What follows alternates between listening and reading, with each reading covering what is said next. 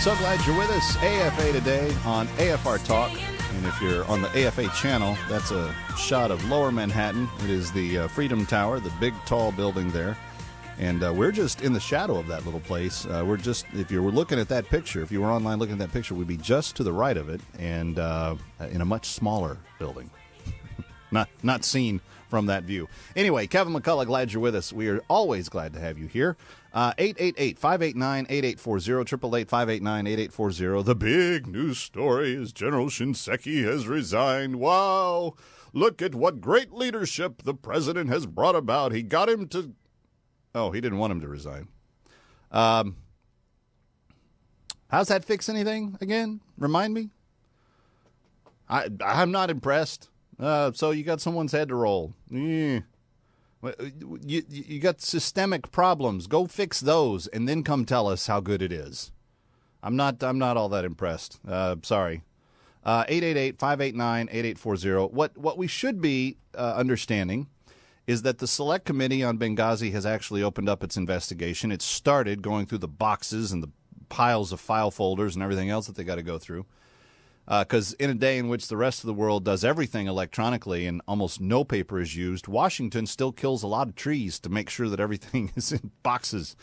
But anyway, so they're going through all that. They're looking at everything. They're figuring out all the things that are there in the old investigations, and they're coming up with these huge gaps in timelines and factual development and how things went from A to B, and there's like no explanation here, and there's all these issues. So at the end of the day, they're going to have to ask some pretty tough questions, and I hope that they do. I think the American people need them to. But one of the congressmen on the committee said, "Hey, these past investigations that we were told, they're so exhaustive. They've turned over every rock. They've looked under every leaf. There's not anything that hasn't been looked at." Turns out that's just not quite what it was. And for that reason alone, we should be doing the special select committee investigation. 888-589-8840, 888-589-8840. Let's go to Dennis in Texas. Dennis, you're next. Glad you're with us. Kevin McCullough, glad to have you here. Thank you for taking my call, Kevin, and I'm a strong supporter of you. I just want you to know that. Thank you, sir. No problem, man. And hey, I want you to know that I'm a black man, and I just hate that so many people, not just black people, so many people voted to re-elect President Obama because they didn't listen to what he said, because he never lied. He said exactly what he's going to do, and he actually did it. But as far as Benghazi goes, I mean, I'm an amateur photographer, and anybody can tell that photo of him in the room, that's definitely Photoshopped. Nothing is right about his body or the chair that he's sitting in. And his friend said they were playing spades. You know, I mean, why would this guy just tell a blunt lie like that he know could be so easily checked? As far as Hillary Clinton being the next president, that'll never happen. America does have a short memory, but not that short. And the Democratic Party, not just the ruling president, but the Democratic Party on a whole is destroying this country. And I am a former Democrat, but now I'm just, let's put the best person in office that's going to do the best job. Dennis, why do you call yourself a former Democrat? What was it about what you were seeing that caused you to move away from them? Well, the way they changed the platform, I definitely believe in traditional marriage. I'm a Christian, and it seems like the whole party supports it, and I thought the Republicans were going to do the same thing, but the whole party supports non-traditional marriage. And as far as the actual Democratic presidency goes, they care nothing of Christians. Christians are dying worldwide, and not just foreign Christians, but American Christians, and this government does nothing. They do nothing. No, you're absolutely right. In fact, one of the other stories I've got in my pile is the fact that the National Religious Broadcasters, which is the national association that all religious broadcasters are part of, the president of that group, Dr. Jerry Johnson, today calling on the United States to intervene and to defend a Sudanese Christian woman who just gave birth to a baby, but she's been found guilty of apostasy. She's never been a Muslim in her life, but she was found guilty of apostasy for marrying a Christian man.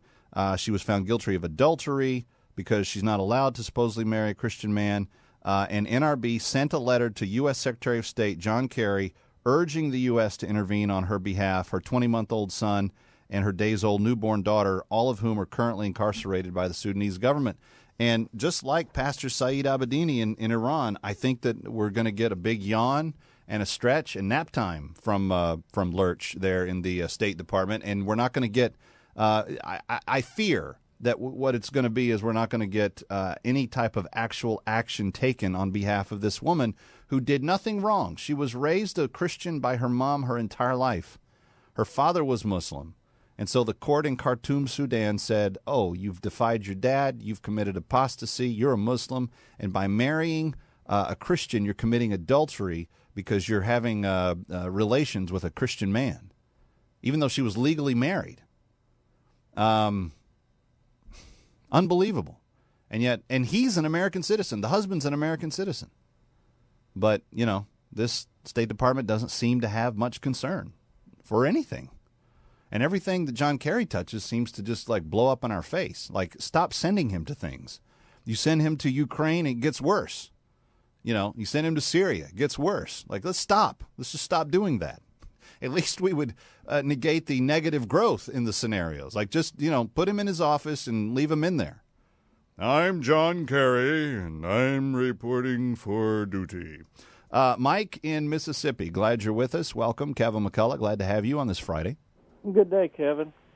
What's really disturbing to me, and I'd like to see more investigation, is the fact that Hillary Clinton left office as Secretary of State at the time, and there was news reports of the United States wanting to arm, at the time, the leaders that were fighting in Cairo.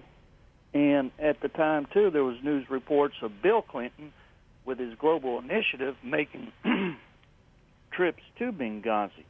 And I kind of look at the movie Lord of War and picture Bill Clinton as Nicolas Cage in that movie, because I don't know the movie, and most of our listeners don't either. But what do all those reports represent to you? Why are all those reports significant to you? Well, I was just wondering if they weren't gun running and trying to hide the fact that they were gun running to arm up those that were against the spring uprising in Cairo. And are we getting involved in the same thing in Nigeria now? Well, I don't know that we're getting involved in any way in Nigeria. I mean, he's sending a few special forces there, but I don't know that it's going to go. CIA operatives. It's kind of the same scenario with everything we get involved in. You send a few in there, and you arm one side, and you arm the other side, and you get the terrorists, because that's just it. That's mostly why the terrorists have done what they've done, is because we armed both sides since the Middle East. Mike, that you're going into a lot of other things that I don't know have a lot to do with the Benghazi situation. I've heard the conspiracy theory about the gun running thing, and that may or may not have meat to it. And maybe that's one of the reasons why the administration doesn't want this looked into. But whatever the case is, we've just got to let the facts lead. The American people need to know. And most importantly, the families of the victims need to know. Those families deserve answers, and we haven't given them to them yet. Let's go to Tim in Washington, D.C. Hi, Tim. Welcome. You're on with Kevin McCullough. Glad you're here. Hi, Kevin. Thank you for taking my call. Sure thing. I loved what you said about analyzing these things nonpartisanly and waiting for the facts to come out. I was wondering if I might give you a situation to compare, specifically after you mentioned the commencement address. Sure. I was thinking a lot about sort of political affect and how these things come across in media. You mentioned Obama's icy affect, and that compared with the misinformation in Benghazi and the failure to lead through that scenario, as well as the handful of tragic deaths. I was wondering if that might be compared to the misinformation that led to the Iraq War, that probably led to many of these West Point cadets' deaths, or earlier West Point cadets' deaths, and then Bush's very rosy affect in front of the West Point commencement. Well, let me turn that question on you, Tim. Sure. Why would cadets at West Point embrace, show appreciation, show all out love for a commander-in-chief that had supposedly lied, and this was in his last year in office, so he'd supposedly lied to get them into wars that they were dying in. Why would they be so cheerful? Let me finish my question for you, Tim. Let me finish, please.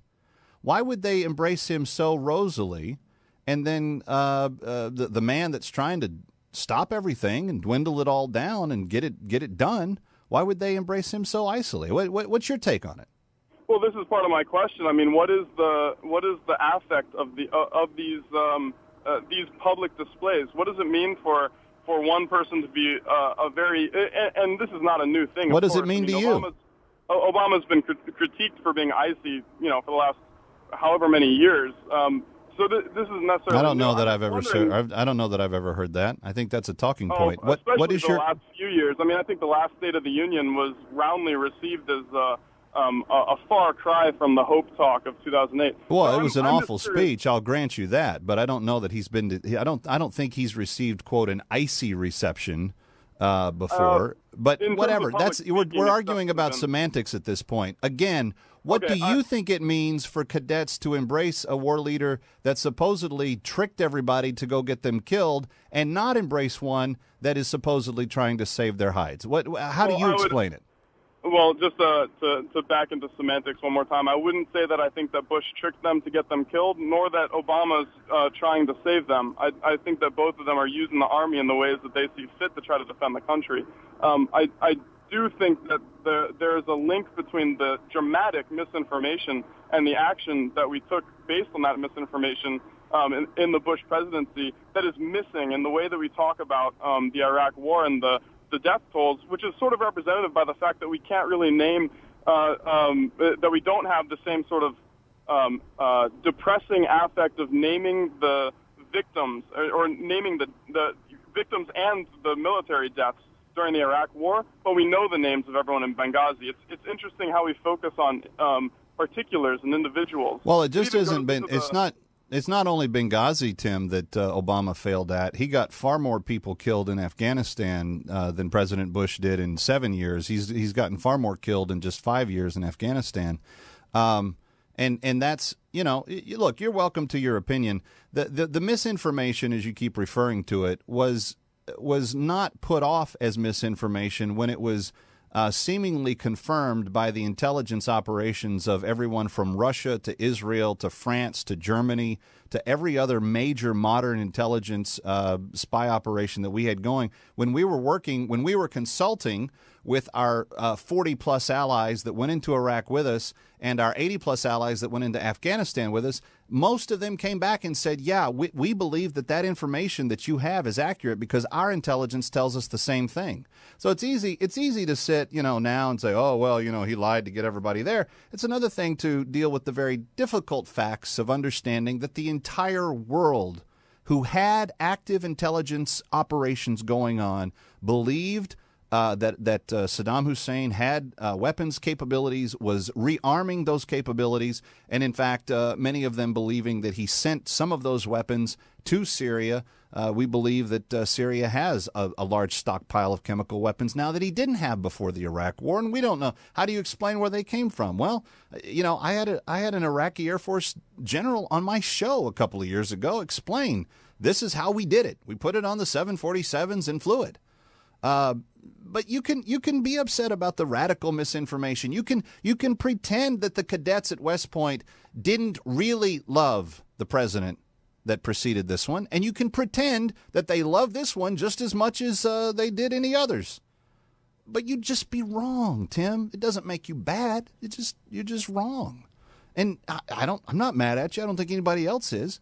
But it's very interesting to hear DC types coming on all pious about, misinformation campaigns. But when you really put it under the harsh light of the facts, it's not exactly as what you were describing. So that's.